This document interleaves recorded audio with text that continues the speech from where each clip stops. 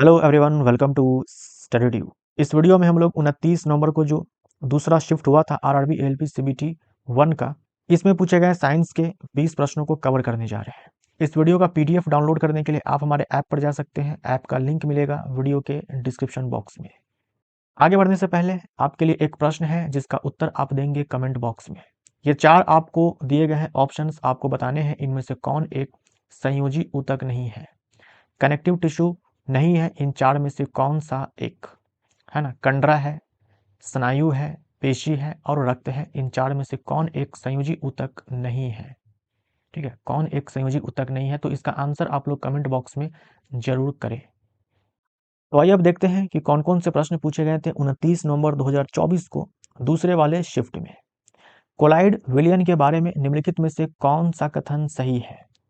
यानी कि कोलाइड के बारे में आपको बताना है। मिश्रण 3 प्रकार के होते हैं। विलयन, जिसे आप वास्तविक विलयन भी बोल सकते हो, उसके बाद कोलाइडी विलयन या फिर सिंपली कोलाइड बोलते हैं, और निलंबन। तो कोलाइड के बारे में आपको बताना है कि इन 4 में से कौन सा कथन सही है। सही वाले को चूज करना है। पहला विकल्प है कोलाइडी कणों का आकार बहुत छोटा नहीं होता है। बिल्कुल बहुत छोटा होता है, यहाँ लिखा हुआ है बहुत छोटा नहीं होता है।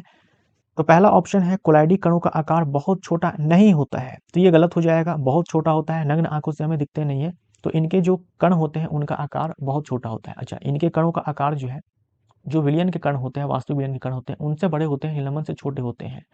लेकिन इनके कण जो है आकार में इतने छोटे होते हैं कि हमें नग्न आंखों से दिखाई नहीं पड़ते हैं। तो ये ऑप्शन हमारा गलत हो जाएगा, हमें तो सही वाले को चूज करना है। कोलाइडल विलियन के अवयव परिक्षिप्त प्रावस्था और परिक्षेपण माध्यम है। जैसे कि वास्तविक विलयन में हम लोग विलय प्लस विलायक बोलते हैं, वैसे ही अगर कोलाइड है तो वहां पर विलय के स्थान पर परिक्षिप्त प्रावस्था बोलते हैं और विलायक के स्थान पर हम लोग परिक्षेपण माध्यम बोलते हैं। तो ये स्टेटमेंट जो है बिल्कुल सही है और यही हमारा राइट आंसर हो जाएगा, क्योंकि हमें सही चूज करना है। कोलाइडल विलयन के कण इनसे गुजर रही प्रकाश की किरण को फैलाते नहीं है और उसके मार्ग को दृश्य बनाते हैं। देखिए, अगर आप किसी कोलाइड से लाइट को पास करवाते हैं, अगर आप किसी कोलाइड से लाइट को पास करवाते हैं, तो कोलाइड के जो कण होते हैं वो साइज में इतने बड़े तो होते हैं कि प्रकाश को ये फैला दें, जिससे हमें प्रकाश का मार्ग कोलाइड विलयन में दिखने लगता है, और इसको हम लोग टिंडल प्रभाव बोलते हैं। तो यहाँ पर आपसे कहा गया है कि ये प्रकाश का प्रकीर्णन नहीं करते हैं, बट ऐसा नहीं है, ये प्रकाश का प्रकीर्णन करते हैं, और जो लाइट का पाथ होता है वो हमें दिखता है जब गुजरता है इस कोलाइडल विलयन से। तो ये स्टेटमेंट भी हमारा गलत हो जाएगा। एक बार फिर से पढ़ लो, कोलाइडल विलयन के कण इनसे गुजर रही प्रकाश की किरण को फैलाते नहीं है, ये गलत हो जाएगा। बिल्कुल फैलाते हैं और उसके मार्ग को दृश्य बनाते हैं। कोलाइडल विलयन एक समांगी मिश्रण होता है, ये गलत हो जाएगा। 3 प्रकार के जो मिश्रण होते हैं उसमें समांगी मिश्रण केवल और केवल विलयन होता है। केवल और केवल विलयन होता है, इंग्लिश में इसी को हम लोग सॉल्यूशन बोलते हैं, है ना, विलयन। केवल और केवल विलयन ही समांगी मिश्रण होता है। बाकी निलंबन और कोलाइड की बात करें तो विषमांगी मिश्रण होते हैं। ये स्टेटमेंट भी गलत हो जाएगा, तो सही आंसर हमारा बी हो जाएगा। परिक्षिप्त प्रावस्था यानी कि डिस्पर्स्ड फेज, और परिक्षेपण माध्यम यानी कि dispersion medium. Right. Next question है, ऑक्सीजन अणु एक डैश है। ऑक्सीजन अणु लिखा हुआ है यहाँ पर, ये ध्यान दीजिएगा। तो ऑक्सीजन अणु O2 होता है। तो इसके एक अणु में 2 परमाणु है ना, तो द्विपरमाणुक अणु है, डाई एटॉमिक मॉलिक्यूल है O2। ऐसे ही आपने O3 सुना होगा, O3 जिसे हम लोग ओजोन बोलते हैं। तो ये है त्रिपरमाणुक अणु, क्योंकि इसके एक अणु में 3 एटम्स है, 3 परमाणु है। तो ओजोन जो है वो त्रिपरमाणुक अणु है, और ऑक्सीजन अणु जो है वो द्विपरमाणुक अणु है। डी हमारा राइट आंसर हो जाएगा। निम्नलिखित में से किस उदाहरण द्वारा एक समान वृत्तीय गति का वर्णन किया गया है। एक समान वृत्तीय गति का वर्णन किया गया है। वृत्तीय गति का तो सिंपल सा ये मतलब है कि वृत्तीय पथ पर गति हो रही हो, और एक समान का मतलब है कि निश्चित समय अंतराल में निश्चित दूरी तय की जा रही हो। दोनों का मतलब अलग अलग है। वृत्तीय गति मीन्स वृत्तीय पथ पर गति हो रही है, और एक समान का मतलब निश्चित समय अंतराल में निश्चित दूरी तय की जा रही है, यानी कि जो चाल है वो एक समान है। सीधी सड़क पर गतिमान एक कार, सीधी सड़क पर अगर कार जो है वो गति कर रही है, तो ये वृत्तीय गति तो नहीं है। एक पेड़ से दूसरे पेड़ पर कूदता हुआ एक बंदर, वृत्तीय गति नहीं है। आसमान से गिरती हुई बारिश की एक बूंद, वृत्तीय गति नहीं है, क्योंकि वृत्तीय पथ पर गति नहीं है। घड़ी की सुइयों की गति ये वृत्तीय पथ पे जो है गति होती है और हम जानते हैं कि निश्चित समय अंतराल में निश्चित दूरी तय की जाती है घड़ी के सुई के द्वारा। तो डी हमारा राइट आंसर हो जाएगा। डैश लाइसोसोम के एंजाइम को बनाती है। लाइसोसोम के एंजाइम को बनाती है रफ एंडोप्लाज्मिक रेटिकुलम। देखो लाइसोसोम को हम लोग आत्महत्या की थैली बोलते हैं। लाइसोसोम में ना बहुत ही पावरफुल एंजाइम्स भरे होते हैं। ये एंजाइम्स बनाने का काम जो है रफ एंडोप्लाज्मिक रेटिकुलम करती है और इसको पैक करने का काम गोल्जी उपकरण के द्वारा किया जाता है। तो पैकेजिंग का काम जो है गोल्जी उपकरण करता है और ये जो एंजाइम्स होते हैं बहुत ही पावरफुल तरह तरह के एंजाइम्स होते हैं इसमें, ये बनाने का काम रफ एंडोप्लाज्मिक रेटिकुलम के द्वारा किया जाता है। जो एंजाइम्स होते हैं वो मेनली क्या होते हैं, प्रोटीन्स होते हैं, है ना। मेनली क्या होते हैं, प्रोटीन्स होते हैं। प्रोटीन बनाने का काम रफ एंडोप्लाज्मिक रेटिकुलम के द्वारा किया जाता है ना। प्रोटीन संश्लेषण जो है रफ एंडोप्लाज्मिक रेटिकुलम के द्वारा किया जाता है, क्योंकि ये जो रफ एंडोप्लाज्मिक रेटिकुलम है इनके पास क्या है, राइबोसोम्स होते हैं, इसीलिए ये रफ दिखते हैं। राइबोसोम्स होते हैं और जो राइबोसोम्स होते हैं इन्हें हम लोग क्या बोलते हैं, प्रोटीन फैक्ट्री बोलते हैं। इनको सूचना प्राप्त होती है कि भैया प्रोटीन कैसा बनाना है और उस हिसाब का प्रोटीन जो है ये बना करके देता है, वैसा ही प्रोटीन ये बना करके देता है, इसे प्रोटीन फैक्ट्री कहा जाता है। ये प्रोटीन फैक्ट्री लगे होते हैं रफ एंडोप्लाज्मिक रेटिकुलम पे और जो एंजाइम्स होते हैं मेनली प्रोटीन ही होते हैं। इसीलिए लाइसोसोम के अंदर जो एंजाइम्स हैं जो कि मेनली प्रोटीन है वो बनाने का काम रफ एंडोप्लाज्मिक रेटिकुलम के द्वारा किया जाता है। तो बी हमारा राइट आंसर हो जाएगा। ये स्मूथ एंडोप्लाज्मिक रेटिकुलम है, यानी कि चिकनी अंतः प्रद्रव्यी जालिका या फिर चिकनी अंतः द्रव्यी जालिका भी हम लोग इसको बोल सकते हैं। चिकनी इसलिए क्योंकि इन पे राइबोसोम्स नहीं चिपके होते हैं और लिपिड संश्लेषण में इनका योगदान होता है। अब क्योंकि इनके पास राइबोसोम्स है नहीं, प्रोटीन फैक्ट्री है नहीं, तो इनका रोल जो है लिपिड संश्लेषण में होता है ना, लिपिड संश्लेषण में होता है। बी हमारा राइट आंसर हो जाएगा। ये ध्यान में रखिएगा, जो एंडोप्लाज्मिक रेटिकुलम होती है ना वो दो प्रकार की होती है, rough endoplasmic reticulum, smooth endoplasmic reticulum. Rough इसलिए बोलते हैं क्योंकि राइबोसोम्स चिपके होते हैं तो ये रफ रफ टाइप की जो है वो दिखती है, इसीलिए इस पर नहीं चिपके होते हैं राइबोसोम्स तो ये स्मूथ दिखती है, तो इसे हम लोग स्मूथ एंडोप्लाज्मिक रेटिकुलम बोलते हैं। दो पिंडों के बीच आकर्षण बल जो पिंडों के द्रव्यमान के गुणनफल के अनुक्रमानुपाती होता है। दो पिंडों के बीच एक आकर्षण बल लग रहा है जो कि अनुक्रमानुपाती है। जिन दो पिंडों के बीच बल लग रहा है उसके द्रव्यमान के गुणनफल का, और पृथक्करण की दूरी के वर्ग के व्युत्क्रम अनुपाती होता है। दो पिंडों के बीच की जो दूरी है उसके वर्ग के व्युत्क्रम अनुपाती है। तो मान लीजिए ये एक पिंड है m1, ये एक दूसरा पिंड है m2, इनके बीच की दूरी जो है वो r है। तो दोनों का जो द्रव्यमान है उसके गुणनफल का अनुक्रमानुपाती है और व्युत्क्रम अनुपाती है इनके बीच की जो दूरी है उसके वर्ग का। तो इन सारे को हम लोग कंबाइन करते हैं तो हमें ये फॉर्मूला प्राप्त होता है जो कि है गुरुत्वाकर्षण बल का। गुरुत्वाकर्षण बल का जी का मान मैंने आपसे कहा हुआ कि आपको ध्यान में रखना है, डायरेक्ट आपसे एग्जाम में पूछा जाता है। 6.67 इंटू 10⁻11 न्यूटन मीटर स्क्वायर पर केजी स्क्वायर। तो गुरुत्वाकर्षण बल हमारा राइट आंसर हो जाएगा। सक्रियता श्रेणी के अनुसार आयरन डैश से अधिक अभिक्रियाशील है।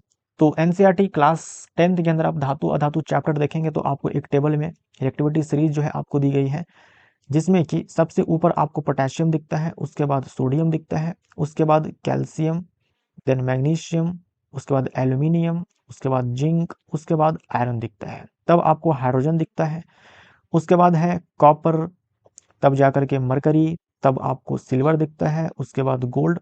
प्लेटिनम नहीं दिया गया है लेकिन आप प्लेटिनम को सबसे नीचे डाल सकते हो। तो जैसे जैसे हम लोग ऊपर से नीचे आते हैं धातुओं की जो सक्रियता है यानी कि जो रिएक्टिविटी है, वो घटती जाती है, वो घटती जाती है। तो आयरन यहाँ है, तो आयरन क्या पूछा गया, सक्रियता श्रेणी के अनुसार आयरन डैश से अधिक अभिक्रियाशील है, तो कॉपर से ऊपर है, तो कॉपर हमारा राइट आंसर हो जाएगा। इससे तो अधिक अभिक्रियाशील है, बाकी इन सारे से तो बहुत ही कम अभिक्रियाशील है आयरन। निम्नलिखित में से कौन सा विकल्प द्रवों के गुणधर्म को नहीं दर्शाता है, लिक्विड के प्रॉपर्टी को नहीं दर्शाता है। द्रवों में बहाव होता है और इनका आकार बदलता है।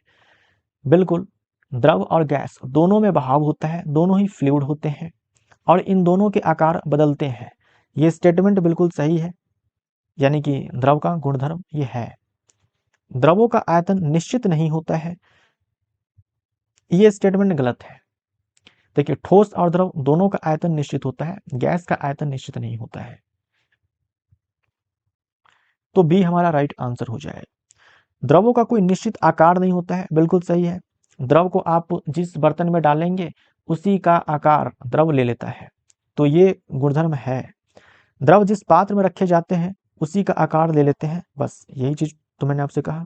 डी हमारा राइट आंसर हो जाएगा, सॉरी बी हमारा राइट आंसर हो जाएगा। बी जो है द्रव का गुणधर्म नहीं है, बी जो है गैस का गुणधर्म है। बाकी ए सी डी जो है द्रव का गुणधर्म है। निम्नलिखित में से कौन सा संयोजन अभिक्रिया का एक उदाहरण नहीं है? संयोजन अभिक्रिया का उदाहरण नहीं है। संयोजन अभिक्रिया में क्या होता है कि दो अभिकारक होते हैं, दो से ज्यादा भी हो सकते हैं, लेकिन उत्पाद आपको एक ही मिलेगा, सिंगल प्रोडक्ट। ये इंपॉर्टेंट है, सिंगल प्रोडक्ट, सिंगल प्रोडक्ट होना चाहिए, है ना, सिंगल प्रोडक्ट होना चाहिए।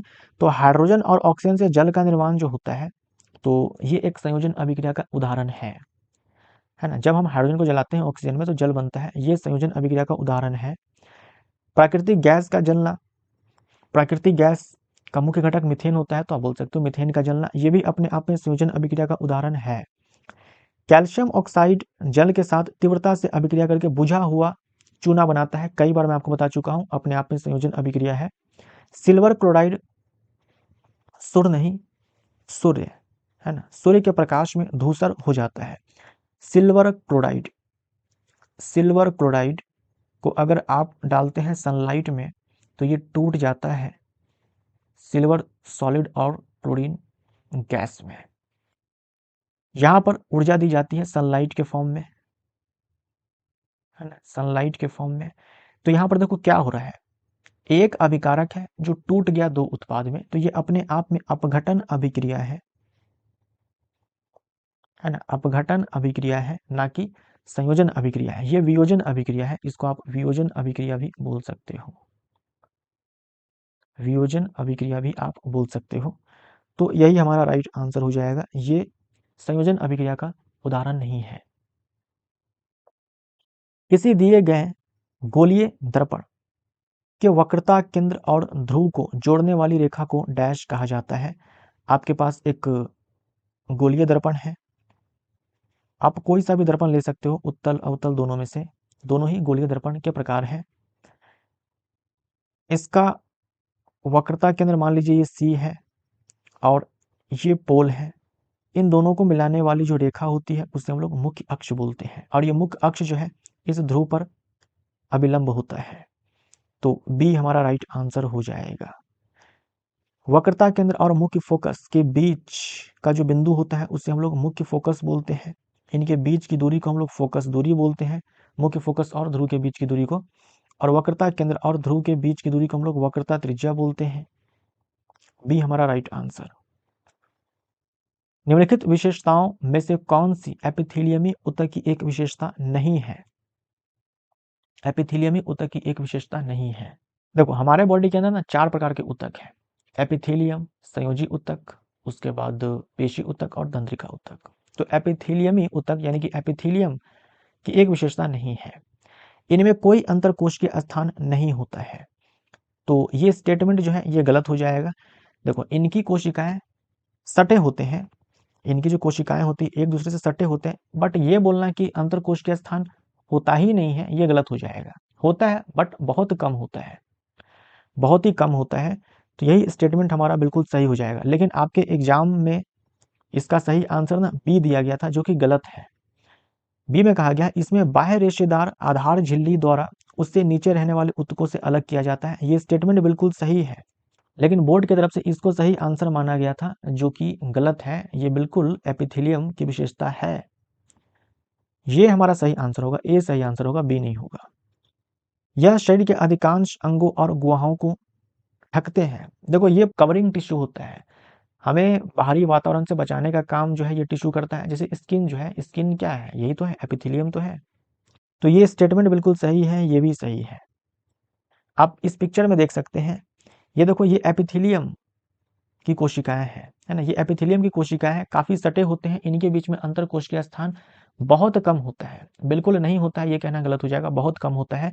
और यहाँ पर देखो ये आधार झिल्ली है, ये देखो बेसमेंट मेम्ब्रेन आपको बताया गया ना, ये आधार झिल्ली है, ये आधार झिल्ली पर कोशिकाएं जो होती है वो टिकी होती है, इस आधार झिल्ली पर कोशिकाएं टिकी होती है, ये खासियत है एपिथेलियम की, एपिथेलियम की ये खासियत है कि आधार झिल्ली पर इनकी कोशिकाएं होती है। इसके जस्ट नीचे आपको संयोजी ऊतक मिल जाता है, इसके जस्ट नीचे आपको संयोजी ऊतक मिल जाता है, और यहीं पर जो है आपको ब्लड वेसल्स मिल जाएंगे, और इसके नीचे आपको मिलते हैं पेशी ऊतक। तो ये आधार झिल्ली जो है, ये जो संयोजी ऊतक है और ये जो एपिथेलियम है, इसको अलग करने का काम कर रही है ना, तो ये एपिथेलियम की विशेषता है, जो चीज आपको यहाँ पर लिख करके दिया गया है। लेकिन बोर्ड ने इसे गलत मानते हुए आंसर बी दिया हुआ था, लेकिन ये बी तो आंसर नहीं होगा इस सवाल का, ए आंसर सही होगा। पास पास सटाकर लिपटे विद्युत रोधी तांबे की तार की बेलन की आकृति की अनेक फेरों वाली कुंडली से क्या बनाया जा सकता है?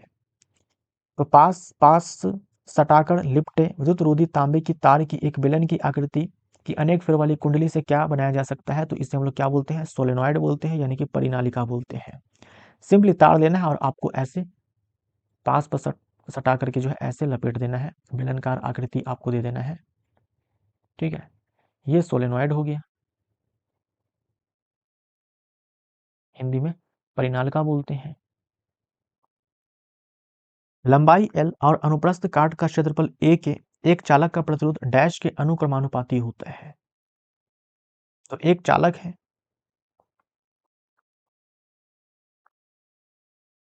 जिसकी लंबाई L है और ये जो अनुप्रस्थ काट का क्षेत्रफल है ये A है, तो चालक का प्रतिरोध डैश के अनुक्रमानुपाती होता है। तो चालक का प्रतिरोध बराबर होता है क्या है? R is equal to rho L by A, यही तो होता है। तो यहाँ देखो R जो है सीधा समानुपाती होता है लंबाई का, और व्युत्क्रम अनुपाती होता है अनुप्रस्थ काट के क्षेत्रफल का। यहाँ पर डैश के अनुक्रमानुपाती होता है पूछा है, लेकिन ऐसा कोई विकल्प है नहीं, तो आपके मन में ये डाउट आ सकता है कि यार ऑप्शन तो कोई भी नहीं है इसमें सही, है ना। लेकिन आपको यहाँ पर ध्यान से देखना पड़ेगा, हम ये भी लिख सकते हैं कि R सीधा समानुपाती है L बाई A का, R जो है अनुक्रमानुपाती है L बाई A का, तो L बाई A हमें पहले ही विकल्प में दिया हुआ है, तो A हमारा राइट आंसर होगा। विभिन्न कोशिकांग जैसे माइटोकॉन्ड्रिया है, राइबोसोम है आदि मिलकर जीवन की मूलभूत इकाई का निर्माण करते हैं, उसे क्या कहा जाता है? जीवन की मूलभूत इकाई हम लोग किसको बोलते हैं? फंडामेंटल यूनिट ऑफ लाइफ किसको बोलते हैं? सेल को बोलते हैं, है ना, कोशिका को बोलते हैं।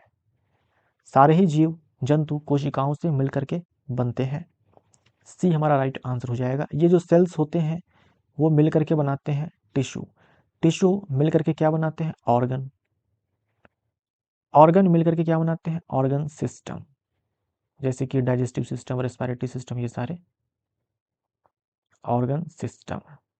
कोशिका मिलकर के ऊतक बनाती है, ऊतक जो है मिलकर अंग बनाते हैं, अंग मिलकर के अंग तंत्र बनाते हैं।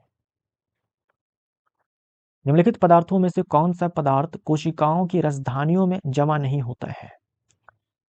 देखो कोशिका की जो राजधानी होती है उसमें विभिन्न प्रकार के पदार्थ जो है जाकर के जमा होते हैं, और ये राजधानी जो है जंतु कोशिका में बहुत छोटी होती है, पादप कोशिका में जो है काफी बड़ी होती है। आप ये भी बोल सकते हो कि पादप कोशिका के अंदर सबसे बड़ा कोशिकांग भी है राजधानी।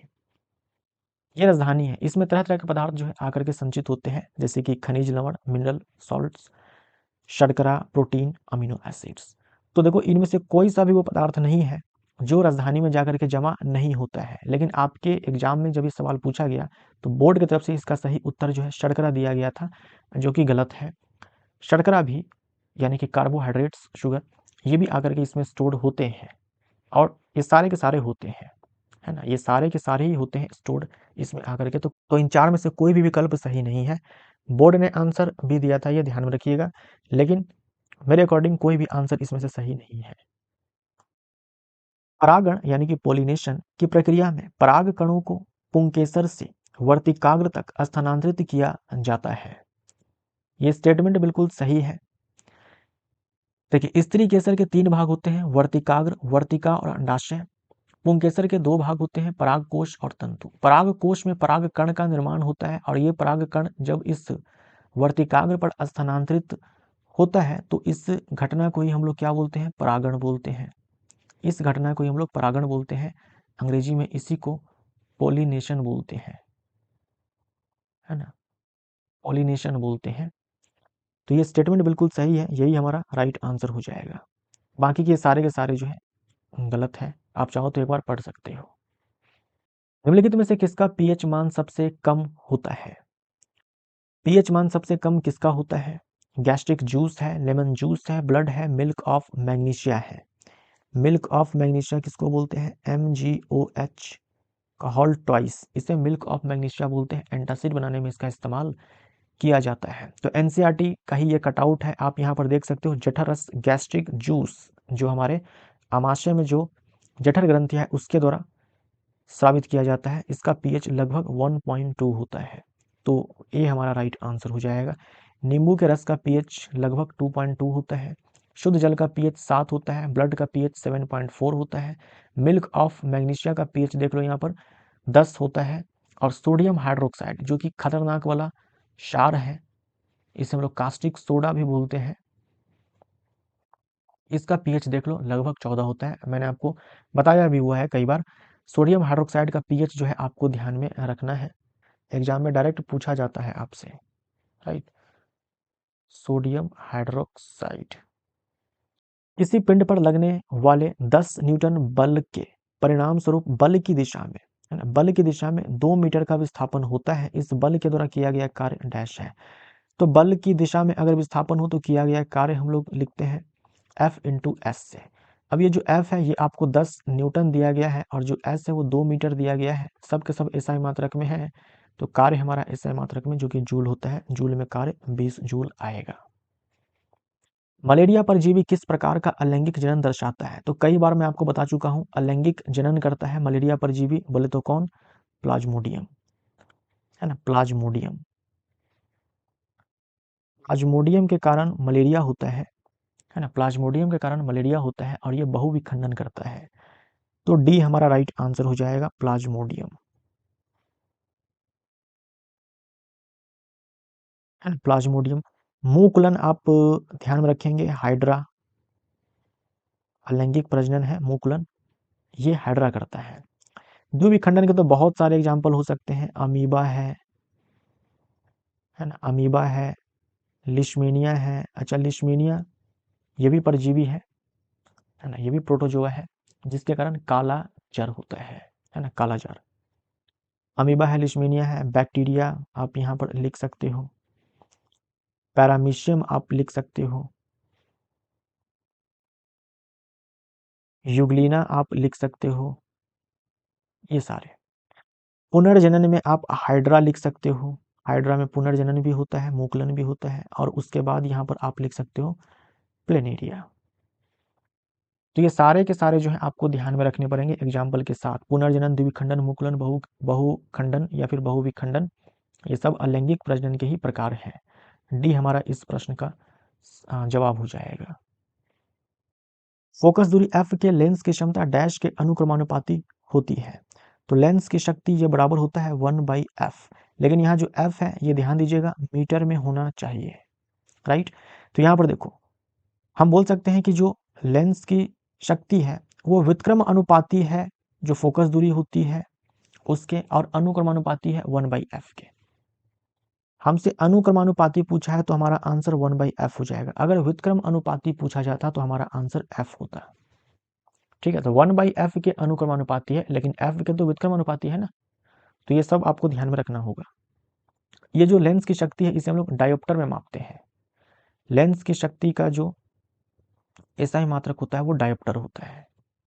निम्नलिखित में से किस अणु में त्रिआबंध गुणधर्म होता है, यानी कि ट्रिपल बॉन्ड होता है? ट्रिपल बॉन्ड होता है तो जो F2 होता है इसमें F2 है, यानी कि फ्लोरीन के दो एटम्स के बीच में जो है सिंगल बॉन्ड है। नाइट्रोजन के केस में नाइट्रोजन एटम के बीच जो है ट्रिपल बॉन्ड होता है। O2 में ऑक्सीजन के बीच में डबल बॉन्ड है। क्लोरीन में क्लोरीन क्लोरीन के बीच में सिंगल बॉन्ड है। तो आंसर हमारा बी हो जाएगा। इसी के साथ ये वीडियो यहाँ पर समाप्त होता है। आपसे जो सवाल पूछा गया था उसका आंसर आप लोग कमेंट बॉक्स में जरूर करें। वीडियो का पीडीएफ आप डाउनलोड कर सकते हो हमारे ऐप पर जाकर के। ऐप का लिंक मिलेगा वीडियो के डिस्क्रिप्शन बॉक्स में। मिलते हैं अगले वीडियो में। Thank you so much.